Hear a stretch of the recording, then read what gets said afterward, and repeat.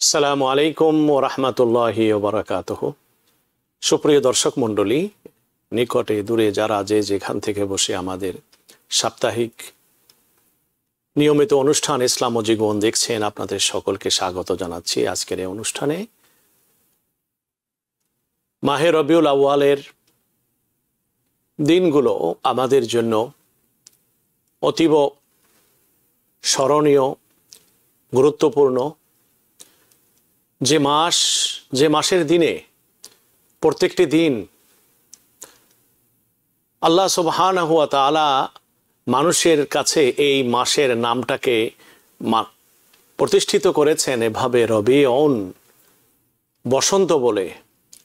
ঋতুরাজ যেমন বসন্ত, সমস্ত নবীদের শ্রেষ্ঠ, নবিকুল শ্রেষ্ঠ যিনি সৈয়দুল মুরসালিন মুহাম্মদুর রাসূলুল্লাহ সাল্লাল্লাহু আলাইহি সাল্লাম, তাকে আল্লাহ সুবহানাহু ওয়া তাআলা এ মাসে ধরাধামে প্রেরণ করেছিলেন আমাদের জন্য। আমরা অত্যন্ত সৌভাগ্যবান।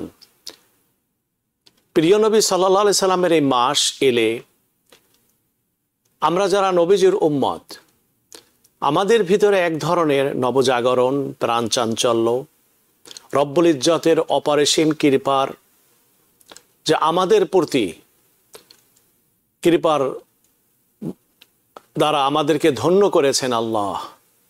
মুসলমানরা এই দিনগুলিতে নবীর স্মরণে, আল্লাহ পাকের প্রতি কৃতজ্ঞতায় তারা একাকার হয় এবং আল্লাহ পাকের কাছে এই নবীর উপরে বেশি দরুদ, শান্তি বর্ষণের জন্য প্রার্থনা করে। প্রিয় দর্শক মণ্ডলী, রাসূলুল্লাহ সাল্লাল্লাহু আলাইহি সাল্লাম বিশ্ব মানবতার জন্য আদর্শের প্রতীক এর উপরে আজকে আলোচনা করব। এই অনুষ্ঠান আপনাদের জন্য ইসলাম ও জীবন সংক্রান্ত যে সমস্ত ধর্মীয় প্রশ্নাবলী আপনাদের মনে আছে, জাগ্রত হয়। যাপিত জীবনে যখন কোনো বিষয়ের মুখোমুখি আমরা হই, ধর্মীয়ভাবে তার সমাধান কি, মুসলমান হিসেবে আমরা এটা জানার জন্য আকুল থাকি এবং এটা জানতে আমরা সচেষ্ট হই। সো আমাদের এই জাতীয় কোশ্চেন, যেটা জীবন ঘনিষ্ঠ, জীবন চলার পথে আমাদের প্রয়োজনীয়, এই সংক্রান্ত কোশ্চেনের উত্তর আমরা এই অনুষ্ঠানে দিয়ে থাকি। যথাবিহিত আজকেও আপনাদের জন্য প্রশ্ন করার সুযোগ থাকবে। সরাসরি যে নম্বরটি টেলিভিশনের স্ক্রিনে ফুটে উঠেছে, আপনারা দেখতে পাচ্ছেন 646-307-9828, এই নম্বরে ডায়াল করবেন। ডায়াল করে আপনার কাঙ্ক্ষিত প্রশ্নের উত্তর আপনি পেয়ে যাবেন। আপনার প্রশ্ন করার সুযোগ রইল আপনাদের জন্য। এবং সবচেয়ে বেশি আপনাদের প্রতি আবেদন এটা থাকবে যে আমরা যখন আলোচনা করব, আলোচনা সংক্রান্ত বিষয় বস্তুর সাথে সম্পৃক্ত যে কোশ্চেন, সেই কোশ্চেনগুলো করলে আমাদের বিষয়বস্তুটা আলোচনা আরও সুন্দর করা সম্ভবপর হবে। এবার এর বিভিন্ন আঙ্গিকে আমরা আলোচনাটাকে আরও বেশি সমৃদ্ধশালী করতে পারবো। সুতরাং আপনাদের যাদের প্রশ্ন আছে অবশ্যই আপনারা প্রশ্ন করবেন। আসুন আমরা মূল আলোচনায় ফিরে যাই। আল্লাহ সুবহানাহু ওয়া তাআলা পবিত্র কোরআনে মাজিদে বলছেন, ওয়ামা আরসালনাকা ইল্লা কাফাতাল লিন-নাসি বাশীরান ওয়া নাযীরা ওয়ালাকিন্না আকসারান নাসি লা ইয়ালামুন। হে আমার নবী, আমি আপনাকে বিশ্ব মানবতার জন্য যথেষ্ট করে পাঠিয়েছি। কাফাতান মা ইয়াকফি লি হায়াতিহি ফি হায়াতিহিম, তাদের জীবনের জন্য, মানুষের জীবনের জন্য যে সমস্ত দিক নির্দেশনা, গাইডলাইন প্রয়োজন, জীবনের সমগ্র পরিমণ্ডলে, সামগ্রিক পরিমণ্ডল ব্যাপী যে প্রয়োজনীয়তা মানুষকে আকীর্ণ করে থাকে, সর্বক্ষেত্রে হে নবী আমি আপনাকে দৃষ্টান্ত হিসাবে বানিয়েছি। অর্থাৎ আপনার কর্মজীবনে, জীবন আদর্শে স্পষ্টরূপে ইসলামিক দিন এবং রব্বুল ইজ্জতের যে প্রত্যাশা মানুষের কাছ থেকে, যে জীবনের, যে কর্মযজ্ঞের, তার নমুনা আমি আপনার ভিতরে রেখেছি। যারা আপনার এই নমুনা অনুযায়ী তাদের কর্ম সম্পাদন করবে, হে আমার নবী, তারা আমার কাছে প্রিয় পাত্রে পরিণত হবে। ওয়ামা আরসালনাকা ইল্লা কাফাতাল লিন্নাসি বাশীরা ওয়া নাযীরা। কিন্তু রব্বুল আলামিনের এই আহ্বান সকলের কাছে পৌঁছেছে। সকলে জানে মুহাম্মদুর রাসূলুল্লাহ কে। মোটামুটি মুহাম্মদ সাল্লাল্লাহু আলাইহি সাল্লাম তিনি শ্রেষ্ঠ রসুল, সর্বশেষ নবী, যিনি আল্লাহর পক্ষ থেকে ওহী নিয়ে এসেছেন। এ সম্পর্কে পৃথিবীর সমস্ত মানুষের ধারণা আছে, জানা হয়ে গেছে তাদের। আল্লাহ পাকের এই দাবির অনুযায়ী যে জীবন আল্লাহ পাক তাদের কাছ থেকে কামনা করেন, নবীজির রেখে যাওয়া আদর্শের উপরে চলার, এই পথের অনুসারী খুব অল্প সংখ্যক মানুষই দুনিয়ায় দেখা যায়। আর বেশিরভাগই মানুষ দুনিয়ায় বিভিন্ন মতাদর্শের দ্বারা পরিচালিত হচ্ছে, বিভিন্ন পথ ও পদ্ধতি তাদের জীবনে ধারণ করেছে। কেউ তাদের বুদ্ধিবৃত্তিক জীবনকে ধারণ করে নিয়েছে, কেউ পৃথিবীর কোনো এক ফিলোসোফার যাকে তারা ফলো করেন তার দিক নির্দেশনাকে ফলো করে জীবন যাপন করছে। আল্লাহ সুবহানাহু ওয়া তাআলা সাফল্যের জন্য, জীবনকে সাফল্যে উত্তীর্ণ করার জন্য একমাত্র দৃষ্টান্ত হিসাবে আল্লাহ সুবহানাহু ওয়া তাআলা রেখেছেন রসূল করিম সাল্লাল্লাহু আলাইহি সাল্লামকে। আর সবচেয়ে বড় বিস্ময়ের বিষয় হচ্ছে এটি যে একজন ব্যক্তি যার মাঝে সমস্ত রিসালাতের সমন্বয়, সমস্ত রিসালাতের নির্যাস, সমস্ত রিসালাতের বক্তব্য বলি,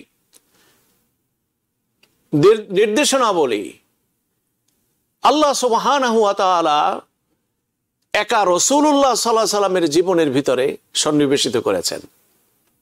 যেভাবে কোরআন সমস্ত পূর্বতন আসমানি কিতাবের নির্যাস, যে কোরআন বর্ণনা করেছে জীবনের সামগ্রিক পরিমণ্ডল নিয়ে, তিবিয়ানান লিকুল্লি শাইইন ওয়া হুদান ওয়া রাহমাতান ওয়া বুশরা লিল মুসলিমিন, যারা আমল করবে তাদের জন্য সুসংবাদ, তাদের জন্য গাইড ও দিক নির্দেশনা এখানে, আর যারা চলবে না পথে তারা দুনিয়ার জিন্দেগিতে ক্ষতিগ্রস্ত যেমন হবে, আখিরাতের জিন্দেগিতেও ক্ষতিগ্রস্ত হবে।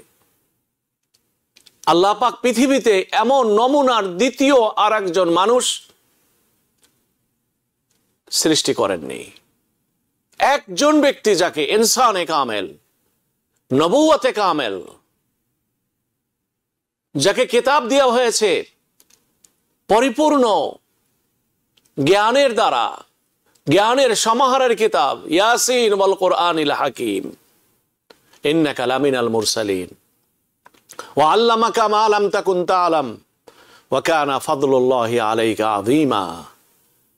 আপনাকে আমি তাই শিক্ষা দিয়েছি যা আপনি জানতেন না, আপনার উম্মতকেও ওই জ্ঞান আমি দিয়েছি যে জ্ঞান ইতিপূর্বের কোনো মানুষের ছিল না।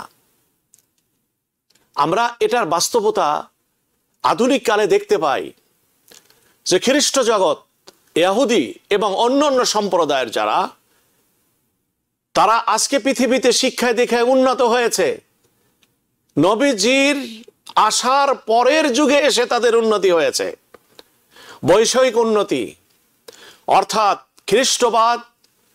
খ্রিস্টবাদের দ্বারা তারা দুনিয়ার পৃথিবীর এই উন্নতি তারা লাভ করে নাই।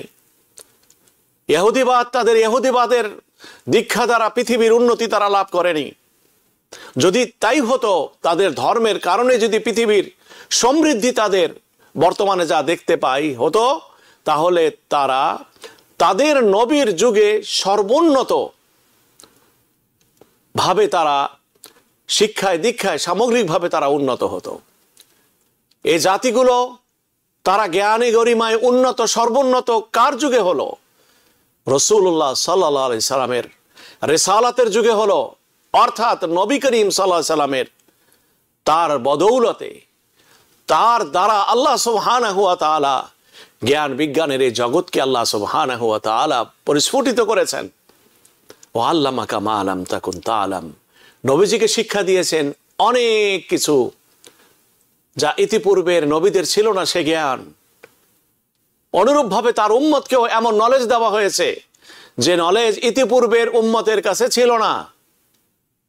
আল্লাহ পাক ওই নবী এমন এক গুণের আধারের নবী বানিয়েছেন, মানব জীবনের যে পর্যায়ে সে থাক না কেন প্রিয় নবী সাল্লাল্লাহু আলাইহি সাল্লামকে সে পাবে তার সামনে দৃষ্টান্ত হিসাবে উপস্থিত।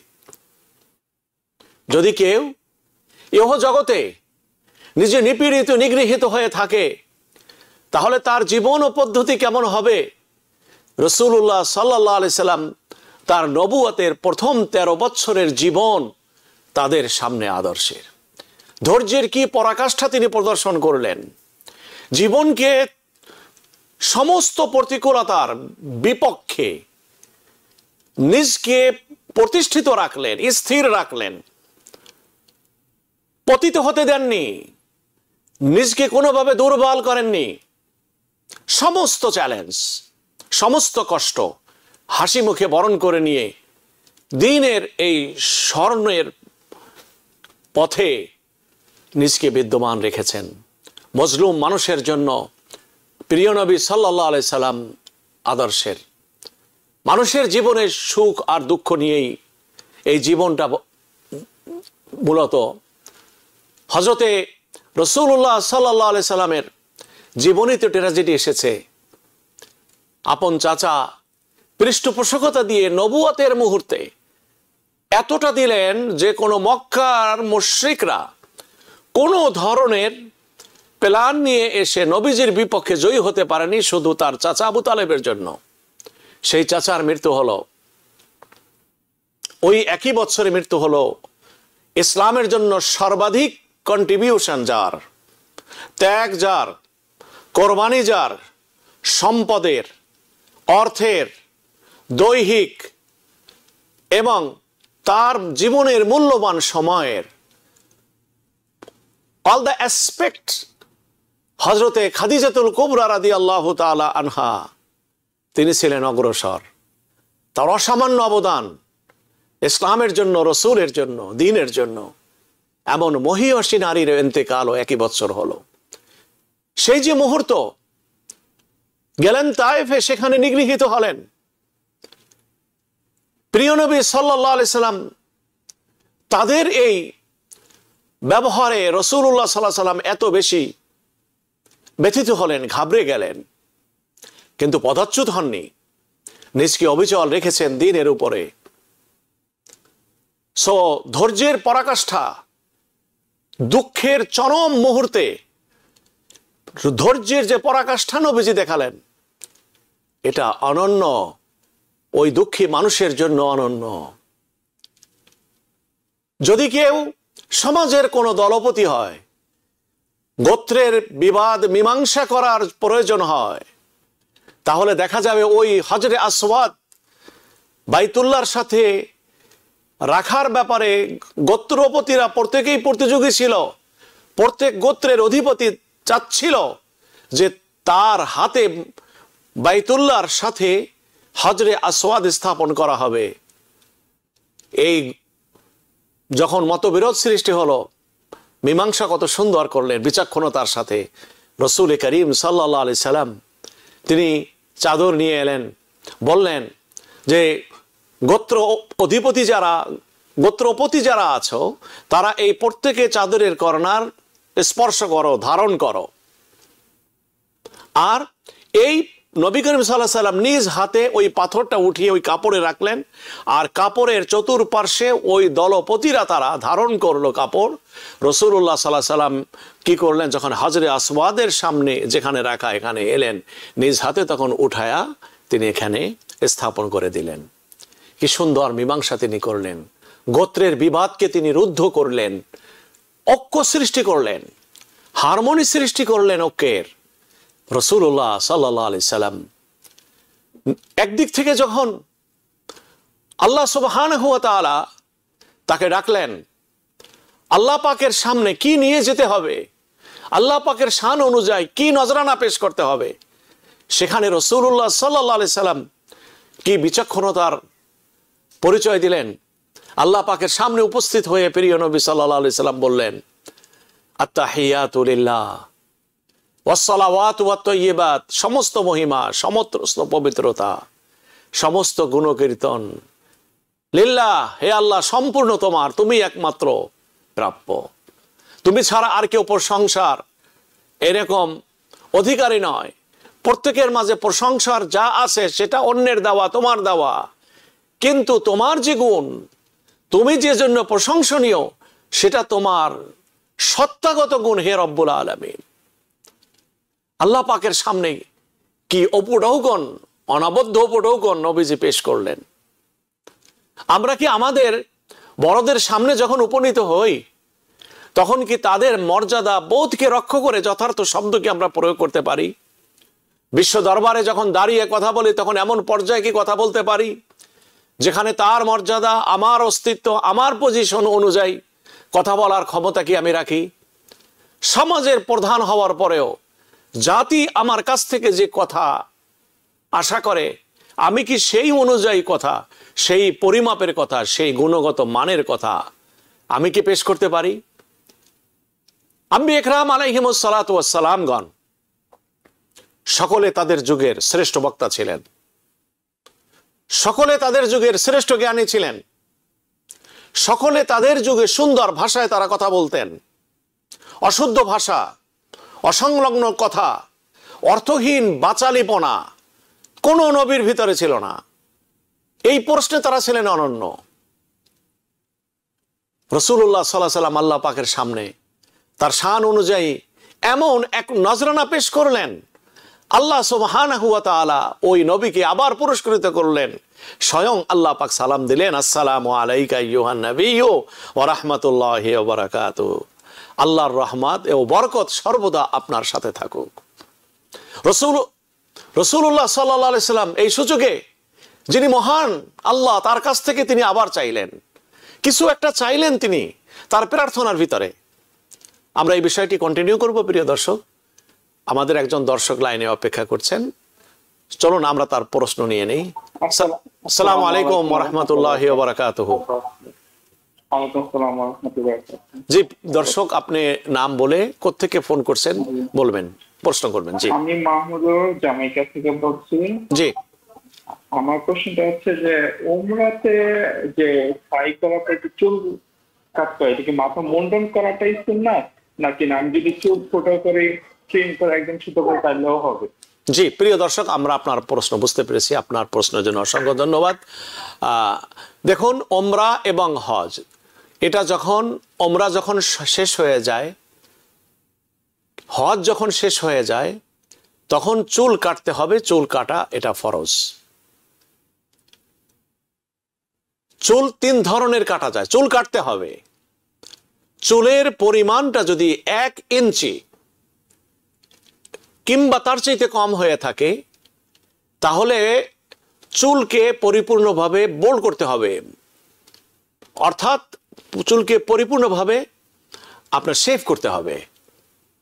আর একটি হচ্ছে চুলের সামান্য অংশ, যা চুল বড় আছে ওখান থেকে কেটে ফেলা, এটাও যদি করা হয় তার দ্বারাও আপনার চুল কাটা সাব্যস্ত হয়ে যাবে।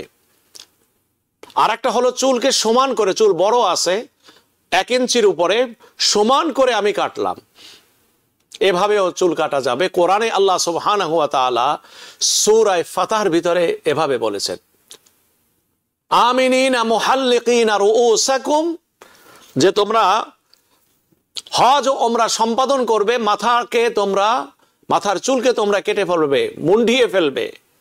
ওয়া মুকাসসিরিনা লা তাখাফুন, আর যারা চুল ছোট করবে তাদের জন্য কোনো ভয় নেই, অর্থাৎ এটা পারমিসেবল। চুল ছোট করে রাখার দ্বারাও চুল কাটার ভিতরে সাব্যস্ত হয়ে যাবে। কিন্তু যদি চুলের পরিমাণ 1 ইঞ্চি কিংবা তার চাইতে কম হয়, তাহলে সেক্ষেত্রে মাসলা হচ্ছে এই যে মাথা চুল পরিপূর্ণভাবে মুন্ডানো ছাড়া দ্বিতীয় কোনো ওয়ে নাই। এবং এই চুল কাটা এটা হচ্ছে ওয়াজিব। যদি আমরা কেউ এটাকে পালন না করি, তাহলে ওয়াজিব এই দায়িত্ব আমার ঘাড়ে থেকে যাবে। যদি আমি চুল কাটা ছাড়া এহরামের বাইরের কোনো একটা কাজ আমি করি যেটা এহরামের ভিতরে করতে পারি না, তাহলে আমাকে আপনাকে একটি দম দিতে হবে। আশা করি আপনি এই চুল কাটার এই বিষয়ের এই প্রশ্নের উত্তর আপনি পেয়েছেন। আল্লাহ সুবহানাহু ওয়া তাআলা আমাদেরকে আমল করার তৌফিক দান করুন। প্রিয় দর্শক, একটি জিনিস মনে রাখবেন, চুল তিনভাবে কাটা যায়, কিন্তু আল্লাহ পাক প্রথমে বলছেন মুহাল্লিকিনা মুহাল্লিকিনা রুউসাকুম, চুলকে মুন্ডিয়ে ফেলা। চুলকে মুন্ডিয়ে ফেলা এজন্য, এটার সাথে একটা সাদৃশ্যতা আল্লাহ পাক রাখতে চান। যে ওমরাহ করে, হজ করে, তাকে আল্লাহ পাক এমন নিষ্পাপ বানিয়ে দেন কেমন যেন সদ্য ভূমিষ্ঠ, মাতৃগর্ভ থেকে সদ্য ভূমিষ্ঠ মানব সন্তান যেভাবে নিষ্পাপ হয়, আল্লাহ পাক তাকে এই ওমরা ও হজের দ্বারা তেমনি নিষ্পাপ বানিয়ে দেন। এজন্য চুল কেটে ফেলা, ওটার স্মৃতিকে ধারণ করার জন্য, সাদৃশ্যতাকে ধারণ করার জন্য এই চুল কাটার এই বিধান আল্লাহ সুবহানাহু ওয়া তাআলা হজ এবং উমরার শেষে রেখেছেন। এখন আমাদের চুলের মায়া অনেক সময় দেখা যায় এত বেশি যে আমরা এত টাকা খরচ করে হজ করি, তারপরে আমরা চুলটাকে মুন্ডাতে আমরা ইতস্তত বোধ করি। আজকে চুল মুন্ডানোটাও একটা ফ্যাশন, চুল মুন্ডানোটাও একটা ফ্যাশন, দাড়ি রাখাও একটি ফ্যাশন, দাড়ি রাখাও আজকে একটি ফ্যাশন। কিন্তু এই ফ্যাশনের নিয়তে যদি কেউ রাখে, কোনো মুসলমান এক আনা পরিমাণ সওয়াব পাবে না। আর যদি এই চুলকে মুন্ডায় রসুলের সুন্নাত মনে করে দাড়ি রাখে আল্লাহ পাকের সন্তুষ্টির জন্য রসুলের সুন্নাত পালনার্থে, এই আমলটুকুনের দ্বারা আল্লাহ পাক তাকে অজস্র নেকির অধিকারী করবেন এবং আল্লাহ পাক অসংখ্য অগণিত নেক কর্মের সুযোগ শুধু এই আমলের দ্বারা আল্লাহ পাক দান করবেন।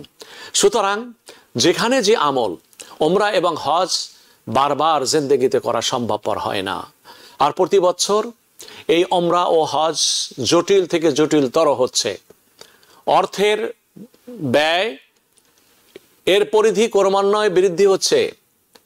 এজন্য সাধারণ পর্যায়ের একজন মানুষের বাইতুল্লাহ এখন যাইতে গেলে কমপক্ষে এদেশ থেকে কমপক্ষে 15 লক্ষ টাকার মতো প্রয়োজন হয়। কতখানি মারাত্মক বিষয়! 15 লক্ষ টাকা বাইতুল্লাহ শরীফে যেতে হচ্ছে। এটা ক্রমান্বয়ে আরো সামনে পৃথিবীতে আরো দিনগুলিতে কঠিন হবে। এজন্য যখনই সুযোগ পেয়েছি হজের এই আমলগুলোকে যথার্থভাবে করার চেষ্টা করি। আল্লাহ সুবহানাহু ওয়া তাআলা আমাদেরকে আল্লাহর নৈকট্যের জন্য সমস্ত আমল করার তৌফিক দান করুন। হজের এবং ওমরার আসল শিক্ষাই হচ্ছে ত্যাগ তিতিক্ষার দীক্ষায় দীক্ষিত হওয়া। আমরা যদি একটা চুল কাটার এই ত্যাগটুকু যদি করতে না পারি, তাহলে মহত্তম ত্যাগের দৃষ্টান্ত আমাদের জীবনে আমরা কিভাবে বাস্তবায়ন করব, কিভাবে করতে পারবো? আশা করি আমরা এই বিষয়টি মনোযোগ সহকারে আমরা শ্রবণ করব এবং এটার ক্ষেত্রে আমরা যথার্থ ভূমিকা পালন করব। প্রিয় দর্শক, আমরা আলোচনা করছিলাম যে আল্লাহ পাকের সামনে নবীজির যে বক্তব্যটা পেশ করলেন, তিনি আল্লাহ পাকের সামনে তার গুণগান, তার মহিমা ঘোষণা, তার তাসবিহ, তার তাহলিল, ইবাদত, বন্দেগী সমস্ত কিছুর প্রাপ্য হক আল্লাহর স্বীকৃতি দিয়ে দিলেন। কারণ আল্লাহ পাক তার সৃষ্টিগত গুণে তিনি এটি ডিজার্ভ করেন।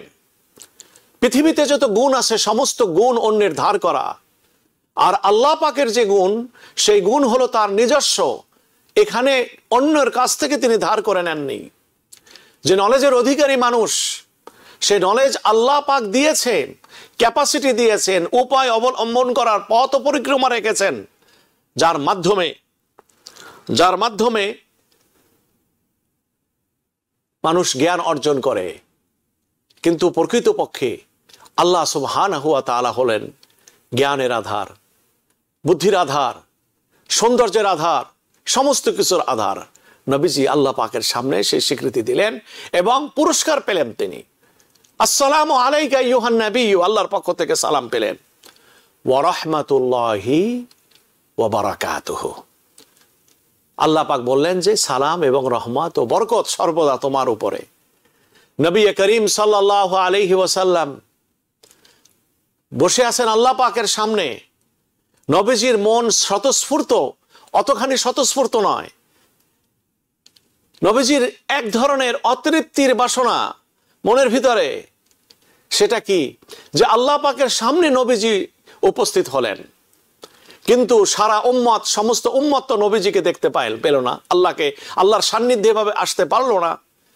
আর আল্লাহ পাকের সালাম ডাইরেক্ট আমি নবী আমি লাভ করলাম, আমার উম্মত তো পেল না। লা ইলাহা ইল্লাল্লাহ। আল্লাহ সুবহানাহু ওয়া তাআলার সামনে নবীজি আসসালামু আলাইনা ওয়া আলা ইবাদিল্লাহিস সালিহিন, আমাদের সবার উপর হে আমার আল্লাহ আপনার শান্তি বর্ষিত হোক। নবীজিকে উম্মতকে সম্পৃক্ত করলেন তার প্রার্থনার সাথে, যেভাবে কেমন যেন আমরা উম্মত সকলে নবীজির সাথে, আর নবীজি আমাদের পক্ষ থেকে আল্লাহ পাকের কাছে আমাদের শব্দগুলো তিনি বলছেন, আর আল্লাহ পাকও কেমন যেন তিনি তার রহমত ও শান্তি নবীজির উপরে যেভাবে বর্ষণ করছেন, আমরা যারা আল্লাহকে আল্লাহ মেনেছি, রসুলকে রসুল মেনেছি, তাদের জন্য নবীজি সমানভাবে দোয়াটাকে চেয়ে নিলেন। তো আমি আলোচনা এটা ছিলাম যে নবীজির প্রত্যেকটি স্তরে আমরা যদি নিয়ে আসি এমন গুণের আধার, সেই শৈশব, কৈশোর, যৌবন থেকে শুরু করে জীবনের প্রত্যেকটা ক্ষেত্রে একজনকে শুধু পাওয়া যায় পৃথিবীর ইতিহাসে, যাকে মানব জীবনের সমস্ত দিকের হেদায়েতের দিক নির্দেশনা সংবলিত জীবন আদর্শ ধারণ করে আছেন। তিনি আর কেউ নন, তিনি হলেন মুহাম্মদুর রাসূলুল্লাহ সাল্লাল্লাহু আলাইহি ওয়াসাল্লাম। প্রিয় নবী সাল্লাল্লাহু আলাইহি সাল্লামের শৈশবকাল কেমন কেটেছে? সংগ্রাম মুখর জীবন। মাকে হারিয়েছেন, পিতাকে হারিয়েছেন যখন তিনি মাতৃগর্ভে, তখন মাকে হারিয়েছেন যখন 6 বছর 7 বছর বয়সে। তিনি জীবন শুরু হলো এক সংগ্রামের, যে মূর্তি পূজা, শিরিক, খোদাদ্রোহিতা, কুফরি, অনাচার, অবিচারে আকীর্ণ ছিল আরব সমাজ। সেই অন্ধকার আচ্ছন্ন যুগে মুহাম্মদুর রাসূলুল্লাহ সাল্লাল্লাহু আলাইহি সাল্লাম বেড়ে উঠলেন, কিন্তু কোন ধরনের শিরিকের কালিমা, কোন ধরনের জড় পদার্থের সামনে মস্তক অবনত করা, কোন ধরনের নিন্দিত কাজ যেটা ইসলামে, সে সমস্ত কাজে তিনি অংশগ্রহণ করলেন না। নিজের জীবনকে তিনি নবুয়ত প্রাপ্তির পূর্ব থেকেই তৈরি করে নিলেন। প্রিয় নবী সাল্লাল্লাহু আলাইহি ওয়াসাল্লামকে একবার যুবকরা তারা মিলে যে কনসার্টের আসরে নিয়ে যাওয়া হলো।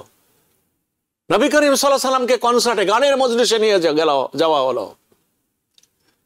যখন নিয়ে গেছেন প্রিয় নবী সাল্লাল্লাহু আলাইহি সাল্লাম, যখনই গানের মজলিসে নিয়ে গেছেন, নবীজি যাওয়ার সাথে সাথে ঘুমিয়ে পড়ছেন।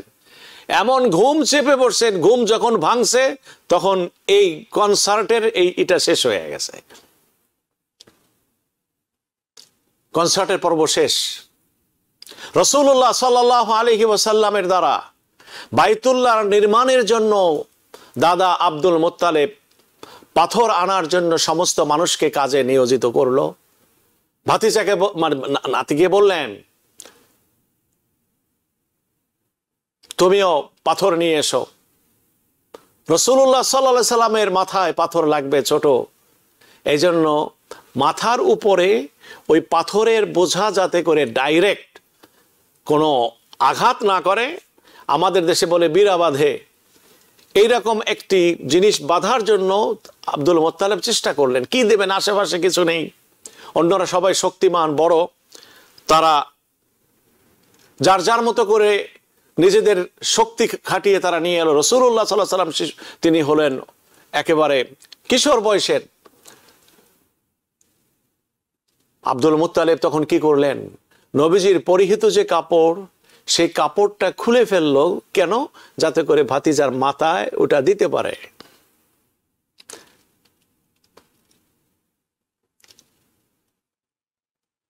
আল খাসাইসুল কুবরা ইমাম সৈয়ুতি রহমাতুল্লাহ আলাইহির কিতাবে লিখেছে, আমার কাছে যে কিতাবটি আছে আল ওয়াফা বি আহওয়ালিল মুস্তাফা এই কিতাবের ভিতরে আছে প্রিয় নবী সাল্লাল্লাহু আলাইহি ওয়াসাল্লামের যখনই কাপড়টা খুলে ফেলছে সাথে সাথে রাসূলুল্লাহ সাল্লাম বেহুশ হয়ে গেছেন, হুঁশ হারিয়ে ফেললেন তিনি।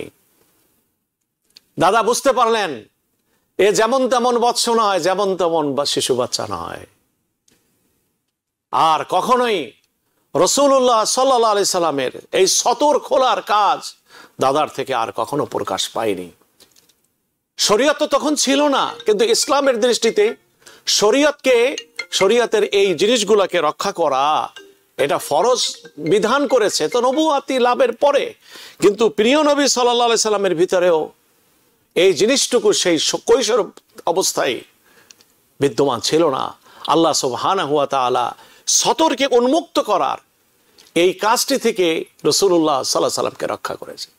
নবীজি কখনো কারোর সাথে অযথা দাঁড়িয়ে তিনি কথা বলেননি, গাল গল্প ইত্যাদির মতো সময় নষ্ট করেননি। সমাজের যে সমস্ত দুরবস্থা এটা নিয়ে নবীজি চিন্তিত ছিলেন, অন্যের উপকার কিভাবে করবেন সর্বদা রাসূলুল্লাহ সাল্লাল্লাহু আলাইহি সাল্লামের মনের ভিতরে এই ভাবনাই ছিল।